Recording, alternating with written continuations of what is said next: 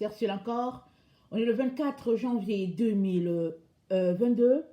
Je viens sur la trompette une seconde fois aujourd'hui et je viens proclamer le retour de notre Seigneur Jésus-Christ. Amen. Alors soyez bénis. Je viens parler de si tu es lumière, tu retourneras à la lumière. Amen. Les enfants de lumière retourneront toujours à la lumière. D'une manière ou d'une autre. Allons-y lire Jean 1, le verset 1 à 12. Alors je veux m'excuser parce que mon micro habituel, je ne sais pas où il s'est. Je ne le retrouve pas, pourtant je suis toujours au même endroit. Alors j'utilise un autre et bon, avec espoir qu'il donne comme celui que j'ai l'habitude d'utiliser. Alors Jean 1, le verset 1, au commencement était la parole, et la parole était avec Dieu, et la parole était Dieu. Elle était au commencement avec Dieu, toutes choses ont été faites par elle, et rien de ce qui a été fait n'a été fait sans elle. Il n'y a rien dans ce monde qui a été fait sans que la lumière soit là, sans que la parole, sans que la lumière soit là.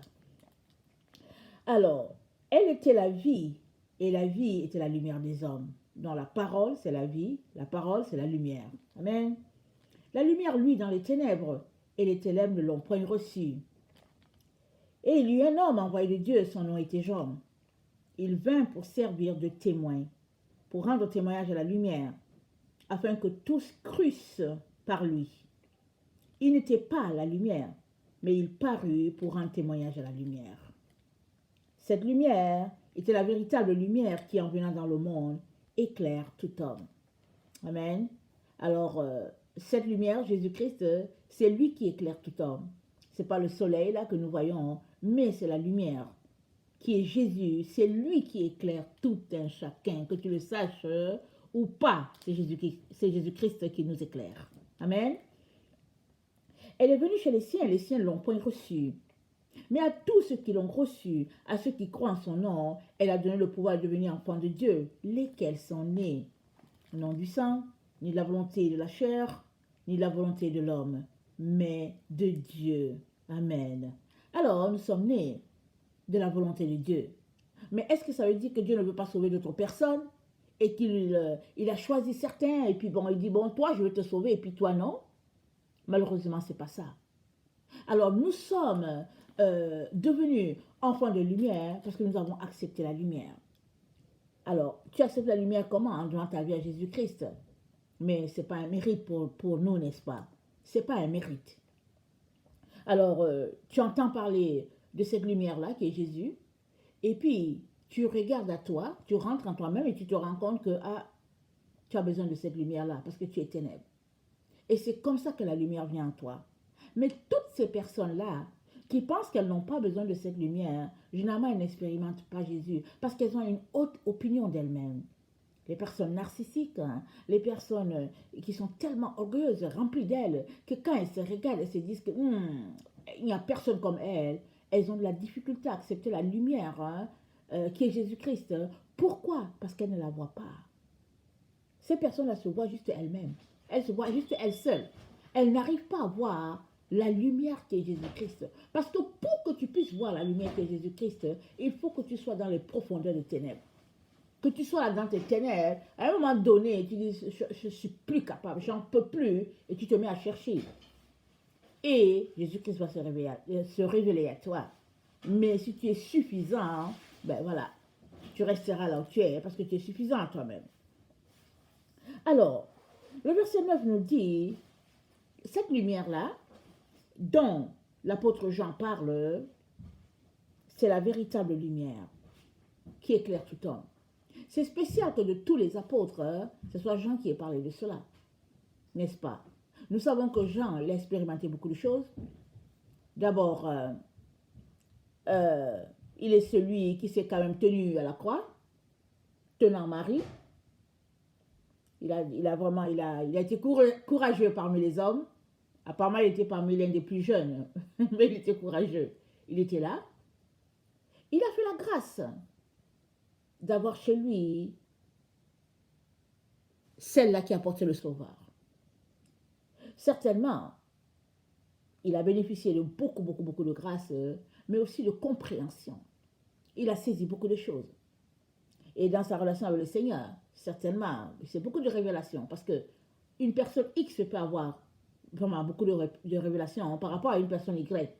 Mais c'est parce que la personne X, elle prend plus de temps devant le Seigneur que la personne Y. Au fait, c'est ça. Dieu ne fait exception de personne. Si tu prends 10 heures devant le Seigneur sur tes 24 heures, tu peux être sûr que tu auras plus de révélations sur Dieu que la personne qui prend 2 heures. Ce n'est pas parce que Dieu est injuste, mais la vie, elle est ainsi faite. Amen. Alors, à force de rester exposé au soleil tout le temps, hein, alors on finit par absorber le soleil au maximum, et même souvent à être brûlé par le soleil. Parce que tellement le soleil est intense, c'est la même chose. À force d'être exposé tout le temps à cette lumière-là qui est Jésus-Christ, tu ne peux être qu'imprégné de cette lumière-là et refléter cette lumière-là. Amen. C'est comme ça que la lumière, une fois bien absorbée, elle est reflétée dans la lune la nuit, n'est-ce pas? Dans les périodes où le soleil brille à son maximum, la lune aussi, elle va briller. Amen. Alors, les enfants de lumière vont retourner à la lumière parce que elles ont décidé de leur vie à Jésus-Christ, oui, ça c'est un fait, mais surtout, elles ont décidé, ces personnes-là, d'ôter de leur vie les ténèbres. Parce que une fois que tu es éclairé, que tu es la lumière, que tu es fait à l'image de Dieu, tu ne peux plus supporter les ténèbres. Ou bien, s'ils sont encore là, à un moment donné, tu es pressé en toi de régler ce problème-là parce que tu n'es plus capable de tolérer certaines choses dans ta vie. Et ça, c'est parce que la lumière qui est en toi est en train de faire pression pour te dire, règle ce problème-là. Alors souvent, tu seras amené à te séparer de certaines personnes que tu aimes bien, mais c'est la lumière qui fait son effet en toi. Alors, parfois, tu seras appelé au fait à choisir, hein, souvent ton lieu de travail a décidé de le laisser à cause de la lumière. Et il y a beaucoup de décisions qui suivront dans ta vie parce que tu as goûté à la lumière et cette lumière va être telle que tu ne veux pas la ternir. Alors, dans 1 Jean 5, le verset 18, hein, notre Seigneur nous dit ceci. 1 Jean 5, le verset 18, notre Seigneur nous dit ceci par la bouche de l'apôtre Jean. Il dit, nous savons que quiconque est né de Dieu ne pêche point. Mais celui qui est né de Dieu se garde de lui-même et le malin ne le touche pas. Ok. Celui qui est né de Dieu, il ne pêche pas. Mais pourquoi il ne pêche pas? Parce qu'il se garde de lui-même. C'est ça qui est écrit. C'est ça qu'on vient de lire. Es-tu de ceux qui se gardent? Ou bien es-tu celui-là qui se vautre juste dans le péché? Le péché, ce n'est pas juste mentir, voler et puis se moquer des gens. Mais le péché, c'est aussi juste passer ton temps sur Internet, sur le cellulaire, devant la télévision. Tout ça, c'est le péché. Une fois qu'il y a quelque chose qui occupe ton temps, plus que Jésus-Christ, tu es en situation de péché parce que tu es dans l'idolâtrie. Tu es en train de prendre le temps que tu devrais consacrer à ton Seigneur à autre chose. L'amour se mesure en temps.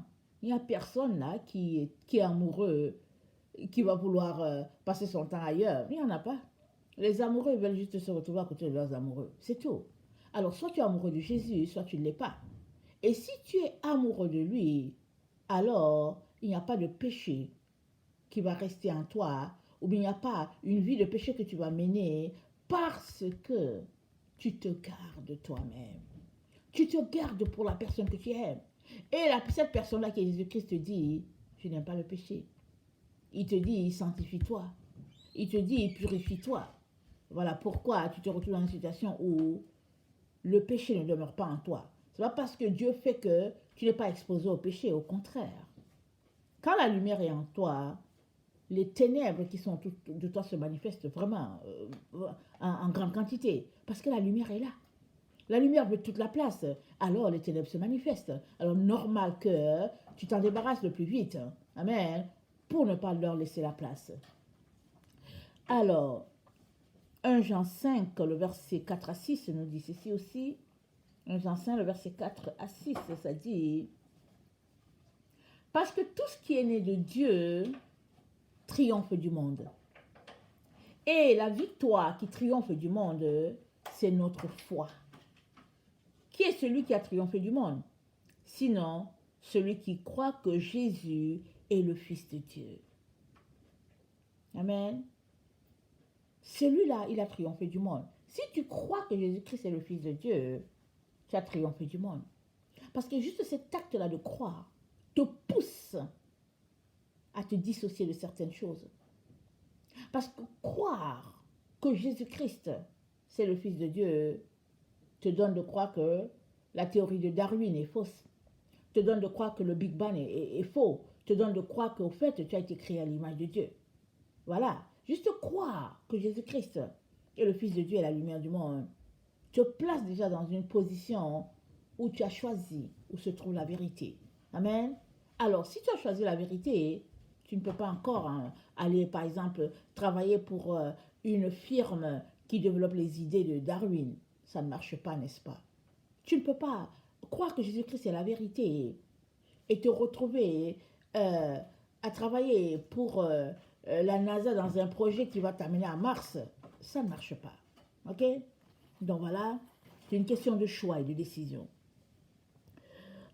1 Jean 3, le verset 9 à 10 nous dit ceci. 1 Jean 3, le verset 9 à 10 dit, si nous recevons le témoignage des hommes, le témoignage de Dieu est plus grand.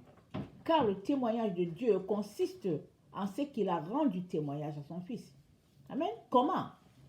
Il l'a fait venir sur la terre et puis il l'a ressuscité des morts. Pendant 3 jours, il est resté dans la terre et Jésus-Christ est resté de mort et Jésus-Christ est monté au ciel sous le regard de tous. Il a donné un témoignage. Vraiment un témoignage extraordinaire. Dieu a rendu témoignage à son Fils. Si tu es un enfant de lumière et que tu marches dans la lumière, Dieu te rendra témoignage. Amen. Il te rendra témoignage. Parce que la lumière, elle ne peut pas se mélanger aux ténèbres. Au contraire, là où la lumière est, en tout cas les ténèbres sont encore plus intenses. Pourquoi? Parce que les ténèbres pointent en direction de la lumière. Amen. Verset 10. Celui qui croit au Fils de Dieu a ce témoignage en lui-même. Amen. Tu as ce témoignage-là en toi. Et puis, tu es différent. Les gens vont rendre ce témoignage-là de toi. Amen. Les gens, ils vont voir que tu es différent. Ce témoignage est ancré en toi. Pourquoi? Parce que tu as en toi la vérité. La Bible nous dit, tu veux que la vérité soit au fond du cœur. Donc, ce témoignage-là que tu as du Fils de Dieu en toi, c'est un témoignage que la vérité est en toi. Tu es une personne qui est habitée par la vérité. Celui qui ne croit pas, Dieu le fait menteur. Parce qu'il ne croit pas au témoignage que Dieu a rendu à son Fils. Pas compliqué. Si tu crois, tu as la vérité en toi. C'est ça qui s'expose. Si tu ne crois pas, Dieu te fait menteur. Voilà, c'est le mensonge plutôt qui est en toi.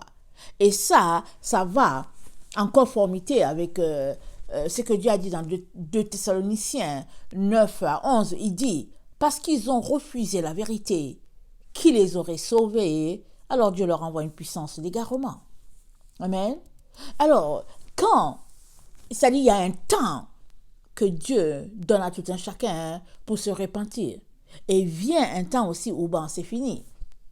Alors, je prie que ce temps, vraiment, jamais ne vienne pour toi. Un temps où, finalement, Dieu tourne le dos pour dire c'est fini. Je prie que cela ne vienne jamais pour toi. Ça veut dire quoi? Ça veut dire que tu es toujours en train de te sanctifier, tu es toujours en train de te purifier, tu es toujours en train de te repentir devant Dieu pour dire Seigneur, viens, aie pitié de moi, Seigneur, sauve-moi, Seigneur, aide-moi. Et que tu es sincère, tu es véridique dans ce que tu fais. Amen.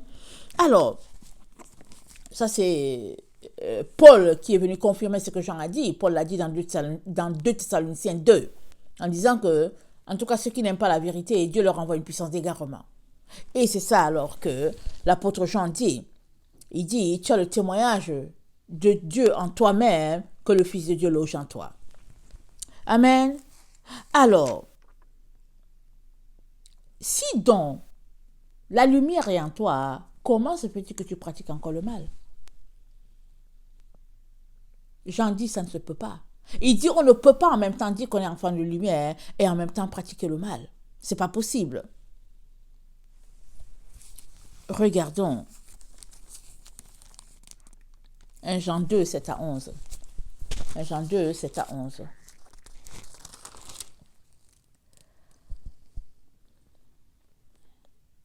Bien-aimés, ce n'est pas un commandement nouveau que je vous écris, mais un commandement ancien que vous avez eu dès le commencement. Ce commandement ancien, c'est la parole que vous avez entendue. Toutefois, c'est un commandement nouveau que je vous écris. Ce qui est vrai en lui et en vous, car les ténèbres se dissipent et la lumière véritable paraît déjà. Celui qui dit qu'il est dans la lumière et qui est son frère est encore dans les ténèbres. Waouh!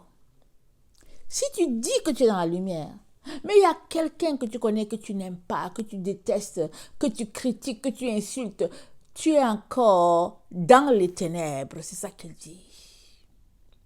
Ça veut dire quoi? On est appelé à aimer, à s'aimer les uns les autres. Jésus a dit quoi? Aimer son prochain comme soi-même. La façon que tu aimerais que les autres t'aiment, c'est comme ça que tu dois aimer l'autre. Amen. Et j'en dis, au cas où vous avez de la difficulté à faire 1 plus 1 égale 2, il dit voilà comment je résume cela. Si tu dis que tu es dans la lumière, parce que tu as Jésus-Christ en toi, il dit alors, cela devrait se manifester dans ta relation horizontale envers tes frères et sœurs. Mais si tu dis que tu es dans la lumière, et que dans cette relation-là, les uns avec les autres, avec ton prochain, il y a de la haine, alors il dit au fait, tu es encore dans les ténèbres, va régler tes problèmes de ténèbres.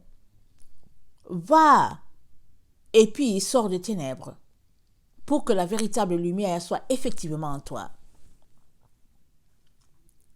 Celui qui est son frère, ou bien celui qui est son frère, est dans les ténèbres, il marche dans les ténèbres, et il ne sait pas où il va, parce que les ténèbres ont aveuglé ses yeux. C'est vrai, tu ne sais pas où tu vas. Si tu détestes ton frère, si tu détestes ta soeur, si tu n'aimes pas quelqu'un, tu ne sais pas où tu vas. Parce que tu dis que tu es enfant de lumière. Donc, soit tu aimes la personne, amen, soit, écoute, soit tu aimes la personne parce que tu as choisi de marcher avec Jésus, soit tu tournes le dos à Jésus, c'est tout. Parce que tu ne peux pas suivre les deux chemins. Voilà pourquoi l'apôtre Jean dit, une telle personne ne sait pas où elle va. Et Jean 3, on retourne à Jean. Jean 3, le verset 16 nous dit, car Dieu a tant aimé le monde qu'il a donné son Fils unique, afin que quiconque croit en lui ne périsse point, mais qu'il ait la vie éternelle. Dieu, en effet, n'a pas envoyé son Fils dans le monde pour qu'il juge le monde, mais pour que le monde soit sauvé par lui.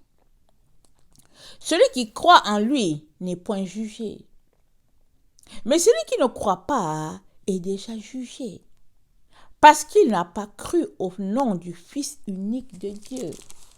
Le simple fait que tu ne crois pas en Jésus, tu es déjà jugé. Maintenant, si tu dis que tu crois et que tes actions sont dans les ténèbres, par exemple, tu dis que tu crois et que tu es ton frère, tu es aussi jugé. Parce que tu es dans le leurre, tu es dans le mensonge. Et ce jugement, c'est que la lumière étant venue dans le monde, les hommes ont préféré les ténèbres à la lumière parce que leurs œuvres étaient mauvaises. Quelles sont tes œuvres? Si tes œuvres sont mauvaises, tu vas choisir les ténèbres. Parce que tu es plus confortable là-bas. Tes œuvres sont mauvaises. Alors tu choisis les ténèbres. Et tes œuvres sont mauvaises à partir d'où? À partir de tes pensées. Pour changer d'un état, passer de l'état de ténèbres à l'état de lumière, il est important que tu changes tes pensées. Amen. Tu es tel que les pensées de ton âme. Ce qui se reflète sur toi, ce sont les pensées de ton âme.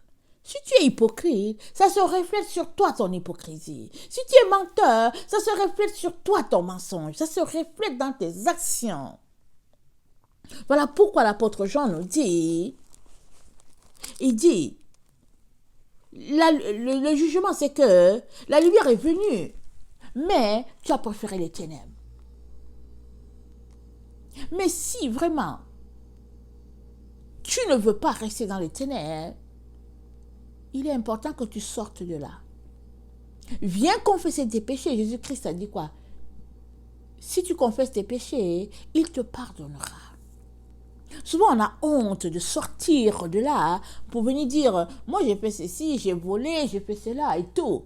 Mais il est important que tu sortes de là et que tu exposes vraiment qui tu es. Alors que tu sors de là et que tu exposes ta véritable nature, alors la lumière te change. Amen. Parce que là, tu es dans les ténèbres. Tu caches ta nature. Tu caches ce qui se passe dans ta vie. Tu as honte. Oui, on comprend que, en fait, à partir du moment où tu commences à avoir honte, c'est parce que la lumière t'envoie les reflets que c'est pas correct ce qui se passe dans ta vie. Généralement, les gens qui n'ont pas le Seigneur, qui n'ont pas la lumière, eh bien, ils vivent, c'est tout. Hein. Ils n'ont pas de problème, ils n'ont aucun remords, ils n'ont rien, ils vivent, c'est tout. Mais à partir du moment où la lumière fait son effet dans ta vie, tu commences à avoir honte. Tu veux te cacher. Mais ce n'est pas la chose à faire.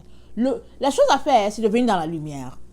Alors, l'apôtre Jean nous dit donc que la lumière est venue et puis les gens ont préféré les ténèbres parce que leurs œuvres étaient mauvaises. Si toi, tu penses que tes œuvres ne sont pas bonnes, ne va pas te cacher. Sors-les. Alors que tu les sors, tu es en train de dire à la lumière, entre, et toi, les ténèbres, sors. C'est ce que tu es en train de faire. Amen. Alors, il dit, quiconque fait le mal est la lumière. Si tu fais le mal, c'est parce que tu détestes la lumière. Et tu prouves que Jésus n'est pas en toi, parce que c'est Jésus la lumière.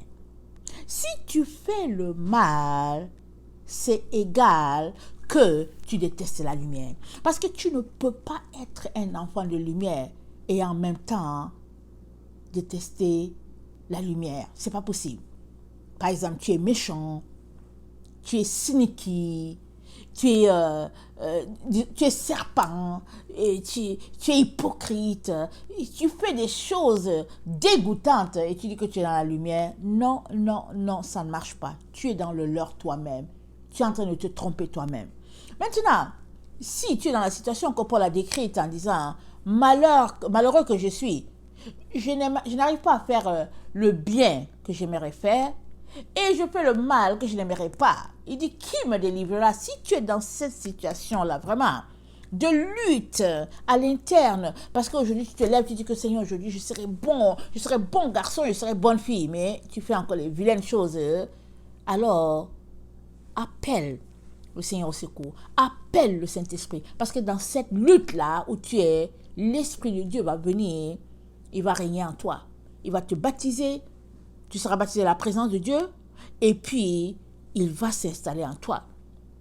Parce que quand le Saint-Esprit est en toi là, amen, la Bible dit quoi? Il prendra de ce qui est à moi, a dit Jésus-Christ, et il vous l'annoncera, il vous l'enseignera. Tu ne peux pas avoir le Saint-Esprit en toi et puis être tranquille. Hein, être tranquille. Je vous ai partagé qu'un jour, j'étais là en train de prier et je me suis vue dehors. Dehors de ma maison. Je me suis vue dehors. J'ai dit, mais je fais quoi dehors? Tout de suite, le Seigneur m'a montré une situation dans laquelle j'ai choisi de ne pas dire toute la vérité. J'ai fonctionné un peu comme Abraham.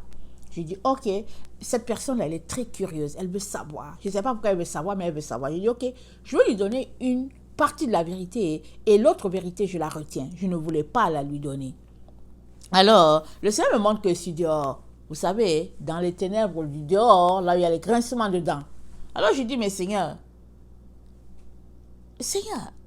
le Seigneur dit, oui, il faut que tu règles ce problème le plus rapidement. Soit il aurait fallu pour toi que tu ne dises rien, que tu dises je ne réponds pas à la question. Mais si tu as choisi de répondre, tu ne donnes pas une demi-vérité. Ou bien tu peux dire à la personne, ok, il y a 2 points dans cette question-là. Je te donne juste la réponse à celle-là et puis l'autre, je ne te la donne pas. Je la garde, je veux pas que tu la saches. Ça, c'est plus correct que de donner à la personne juste une demi-vérité et puis de garder l'autre. Alors, j'ai réglé le problème par la grâce de Dieu immédiatement. J'ai dit, bon, ok, Seigneur, on va appeler la personne et puis on va régler le problème. Et puis, c'était fini. J'étais rentrée dans la maison. Et quand le Seigneur me montrait à l'extérieur, c'était à l'extérieur de la maison de Dieu. Alors, tout cela pour dire qu'on ne peut pas en même temps marcher dans la lumière et en même temps marcher dans les demi-lumières. Amen? Non, on ne peut pas marcher dans les demi-lumières. Tu marches pleinement dans la lumière ou bien tu es complètement dans les ténèbres. Amen? Alors, il dit donc, quiconque fait le mal est la lumière et ne vient point à la lumière de peur que ses œuvres ne soient dévoilées. Mais celui qui agit selon la vérité vient à la lumière, afin que ses œuvres soient manifestées parce qu'elles sont faites en Dieu. Amen. Alors, il est temps que chacun d'entre nous puissions nous examiner pour savoir comment nous nous comportons. Alors, si nous sommes dans la lumière, nous n'avons pas de problème, n'est-ce pas? Parce que nous voulons que nos œuvres soient manifestées.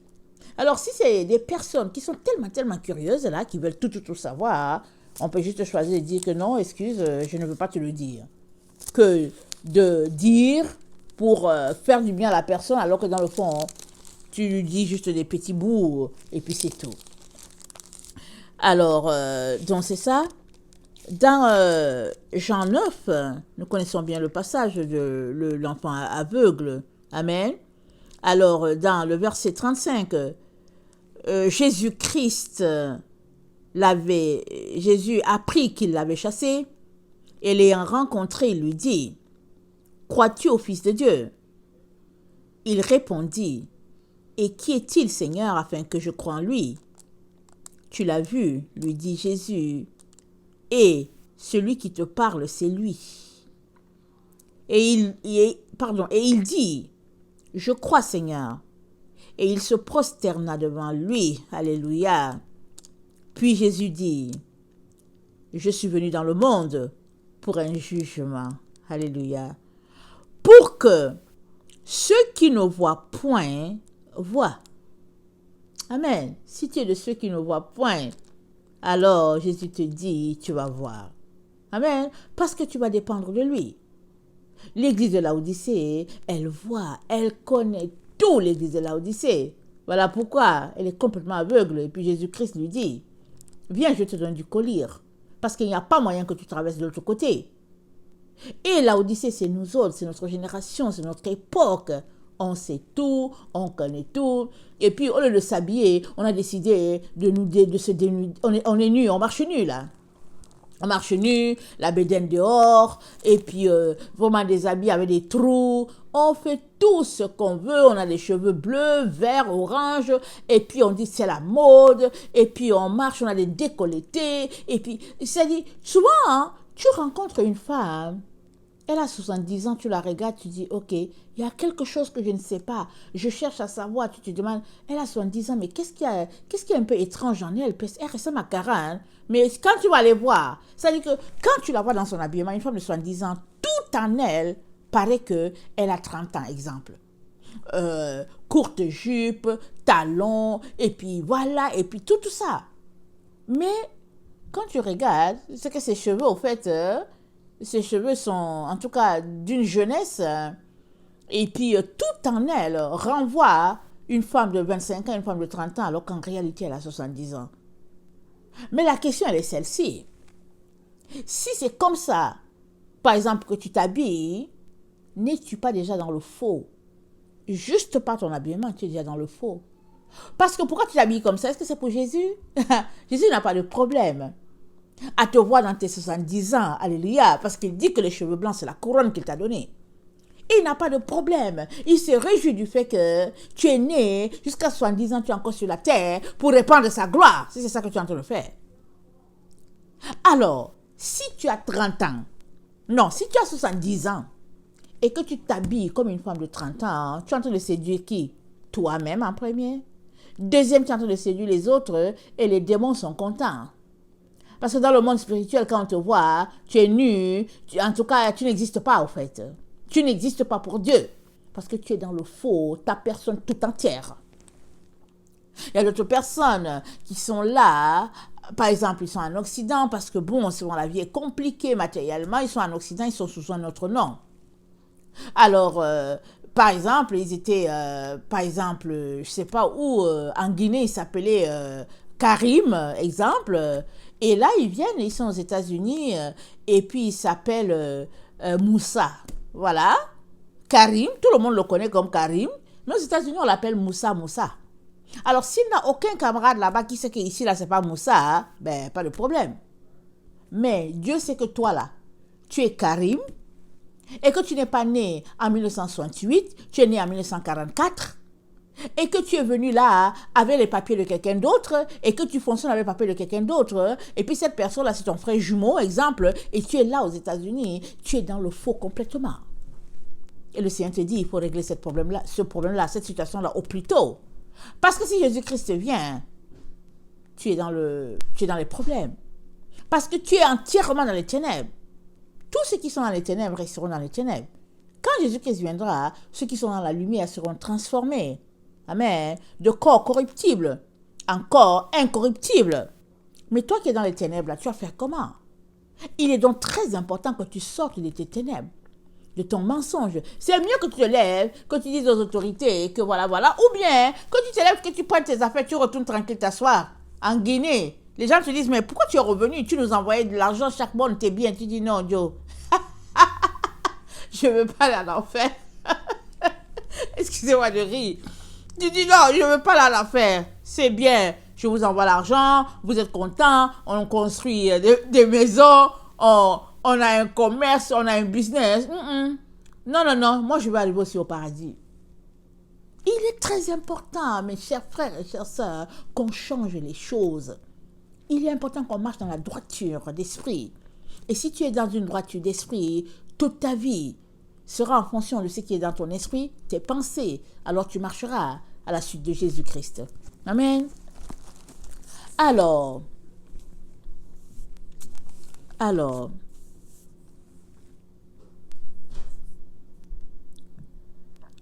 excusez-moi.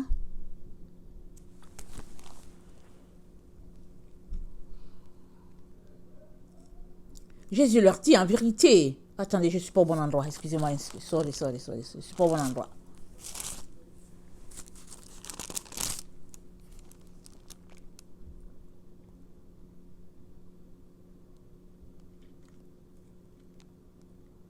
Attendez. Mais celui qui agit selon la vérité vient à la lumière. Tu viens à la lumière parce que tu as décidé de marcher selon la vérité. Et la vérité, c'est elle qui t'a franchi. C'est elle qui fait que tu deviens le véritable enfant du Père, la véritable fille du Père. C'est lui. C'est le fait que tu quittes, c'est le fait que tu décides de faire un pas des ténèbres en direction de la lumière. Amen. Alors, 1 Jean 5, le verset 19. Aujourd'hui, on est avec notre frère, l'apôtre Jean. Amen. 1 Jean 5, le verset 19 nous dit ceci. Nous savons que nous sommes de Dieu et que le monde entier est sous la puissance du malin. Nous savons aussi que le Fils de Dieu est venu et qu'il nous a donné l'intelligence pour connaître le véritable. Et nous sommes dans le véritable en son Fils Jésus-Christ. C'est lui qui est le Dieu véritable et la vie éternelle. Petits enfants, gardez-vous des idoles. Le Fils de Dieu nous a donné l'intelligence pour connaître le véritable. Tu as en toi le témoignage de Jésus-Christ, puisque tu l'as dans ta vie. Ce témoignage-là, il est ancré en toi. Alors, le véritable est en toi. Amen. Et c'est dit, nous sommes dans le véritable.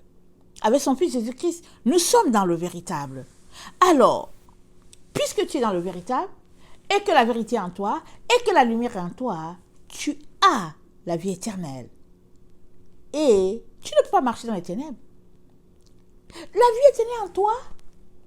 Alors, à quoi cela te sert-il d'avoir toutes ces choses ou bien de marcher selon les pensées de ce monde quand tu as le véritable?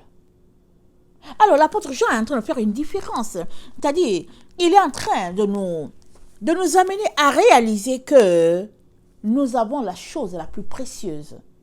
Christ en nous, l'espérance de la gloire. Nous l'avons. Il nous suffit de choisir de nous séparer de nos ténèbres pour que, au fait, cette lumière-là puisse exploser, comme on dit. Amen. Et nous rentrerons à la maison. Les enfants de lumière rentreront, ils retourneront dans la lumière, parce qu'ils sont enfants de lumière. Mais ce n'est pas que Dieu a choisi X pour être enfant de lumière et que toi, il a dit que toi, là, tu seras enfant de ténèbres. Non, non, non. C'est toi qui décides d'être enfant de lumière. C'est toi qui décides. La Bible dit, il y a beaucoup d'appelés, mais il y a très peu d'élus. Non, il n'a pas dit très peu. Il y a beaucoup d'appelés, il faut que je le cite bien, mais peu d'élus. Pourquoi y a-t-il peu? Parce que, en tout cas, ça demande un engagement à 100%, pas à 95%, pas à 97%, mais à 100%. Et quand tu t'engages à 100%, je vous dis, hein, tu peux perdre tout le monde. Hein. Tu perds ton père, ta mère, et puis les gens vont t'appeler, ils vont t'insulter, toutes sortes d'histoires. Mais tu dois juste dire, merci Seigneur, merci pour les injures. Merci Seigneur. Pardonne-leur, ils ne savent pas ce qu'ils font. Hein. Et puis tu pries pour les personnes, bien sûr. Parce que si elles comprenaient, si elles étaient à l'état où tu étais, jamais elles ne t'auraient insulté. Si elles t'insultent, c'est parce qu'elles n'ont pas ta pensée. Elles ne comprennent pas comment se peut-il que tu peux décider, par exemple, de laisser aller cette opportunité d'affaires-là. Comment tu peux laisser une telle position, par exemple, aux Émirats arabes et puis décider de travailler comme un cuisinier dans un restaurant, je ne sais pas, AEW quelque part là. Et puis tu es juste là, tu prépares, tu laves les assiettes à AEW. Et puis voilà, et puis ils vont dire, mais voilà, il est fou, et elle est folle, et puis voilà, ils sont fâchés, et tout. Mais ils ignorent que si tu travailles à AEW, c'est parce que c'est l'endroit que ton Seigneur t'a dit d'aller. Et pendant que tu es dans AEW là, quand tu viens travailler tes 7 ou 8 heures là, qu'on te paye un peu là, c'est suffisant parce que le reste du temps, hein, tu es dans la prière, tu es dans l'intercession pour toi-même, pour ta famille, et puis pour l'humanité. Parce que nous sommes appelés à prier, prier sans cesse, prier comme jamais. C'est ça que le Seigneur nous dit dans les temps où nous sommes. Il nous appelle à prier sans cesse et puis prier comme jamais. Il dit priez afin qu'il vous soit donné d'échapper à tout ce qui arrive et puis vous tenir devant le Fils de l'homme. En tout cas, tout un travail. Vous savez, la prière, c'est pas facile, hein? C'est pas facile la prière. Alors, ces derniers temps, j'ai vécu plein de situations un peu assez compliquées. Alors, j'étais là, j'étais en train de prier. Par la grâce de Dieu, j'ai dit, Seigneur, en tout cas, on va taper le thé là. On va faire ceci, on va faire cela. Mais j'étais là, je voulais prier. Alors, je prie. Et puis, c'était pas facile. Ça faisait un temps que j'étais en train de prier. Et le Seigneur me donne un nombre. Amen. Je vais prendre pour lire le nombre. Ah, le nombre là qu'il m'a donné, c'est dit, prie et prie et prie. J'ai dit, en tout cas, c'est que je n'ai pas encore prié alors. J'ai dit, waouh Seigneur. Ça dit, tu ne t'attends pas, mais il te dit ça. Tu te dis, bon, j'ai compris que, en tout cas, il faut juste que je redouble. Mais, quand le Seigneur m'a donné ce mot-là, il a fait aussi en même temps un miracle. Amen. Il m'a donné de prier. J'ai presque prié jusqu'au matin, sans m'en rendre compte.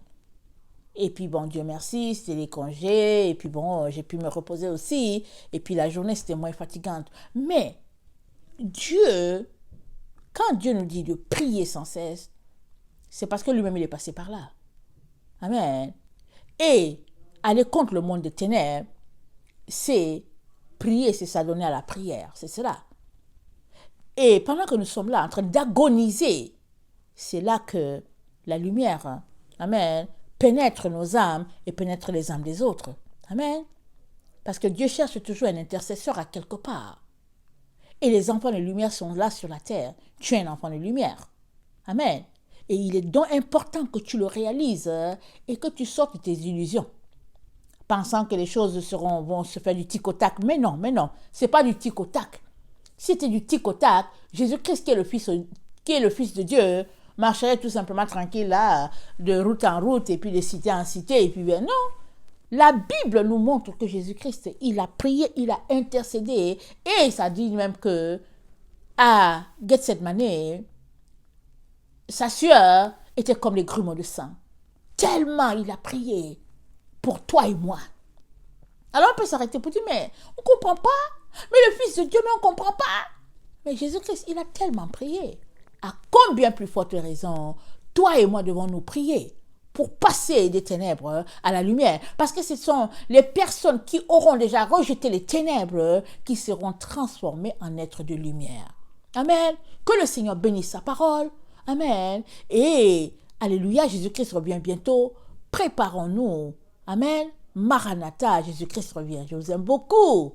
Dieu davantage. Alléluia. Soyez bénis.